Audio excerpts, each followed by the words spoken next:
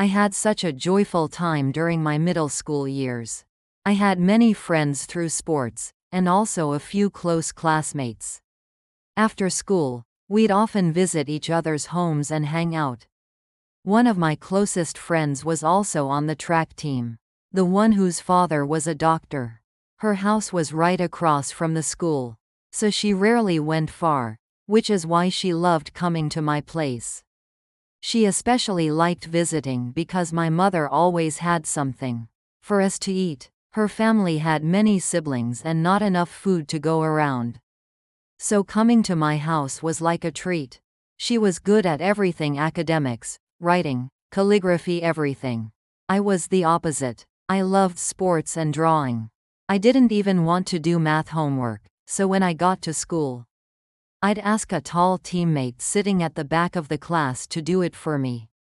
When we had knitting homework during vacation, I'd just ask my sister to do it. I guess I leaned on the people around me a lot, but I had a strange experience too. It was right after entering middle school. One day, as I walked through the school gate, older seniors were standing in a line. Our middle school was a 6-year school, so it included what we'd now call grades 7 through 12. To us younger students, the high school seniors looked like grown women. The seniors at the gate were 11th or 12th graders, and they would choose younger students they liked and ask them to stay after school. I was small and cute at the time, so I was picked. I didn't know what was going on, so I asked my friend whose father was the school doctor. She said it was a tradition. Senior girls would adopt a younger girl as their little stepsister. So I ended up being matched with one of them, and we had to call them ex-sister. My ex-sister's home was far away from school and stayed in the school dormitory. She once visited my home, and I had to visit hers. She was tall but had an unusual face, and my family would sometimes teasingly ask how my ugly auntie was doing. Being paired with an ex-sister came with a lot of inconvenience. Even on school picnics, I had to eat lunch with ex-sisters instead of my friends. Then came the summer break of 9th grade and the Korean War broke out. It was a Sunday when the war began. The next day, I went to school, and older girls were standing on trucks waving large flags, calling students to go north with them. It was terrifying even for a young girl like me. I walked home carefully, trying not to draw attention, and listened to the radio with my family, wondering what would happen next.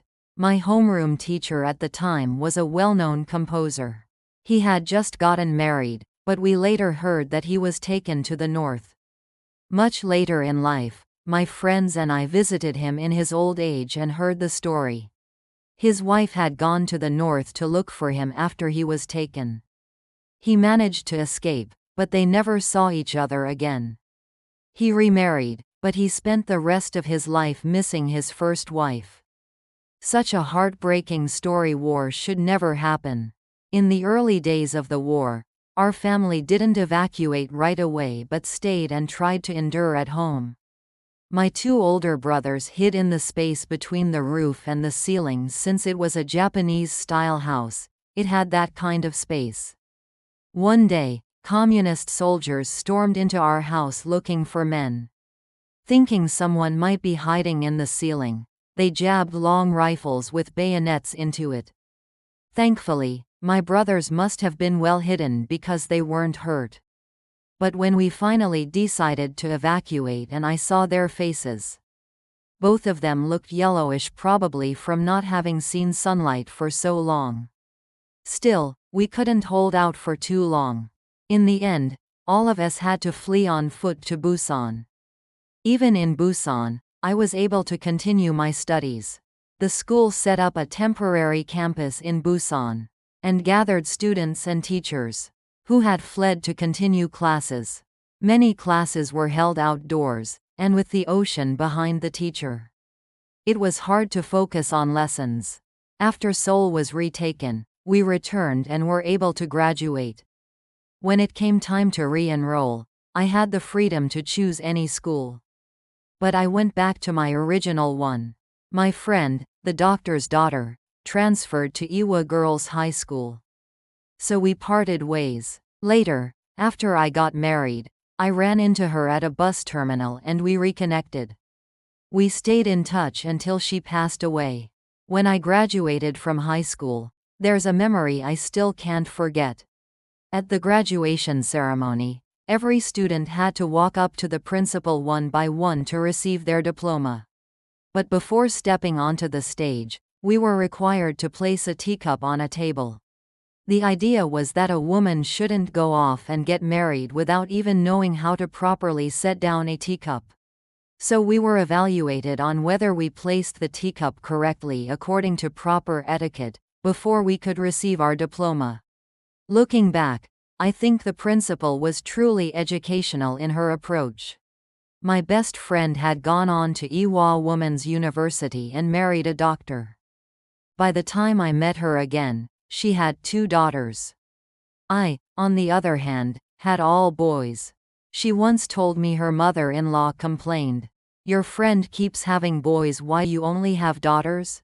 So she tried for a son and had one. But then the mother-in-law pushed for another boy. So she got pregnant again but had a daughter.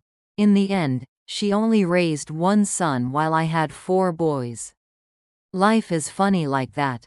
I think her husband became the founding director of hospital in Bundang.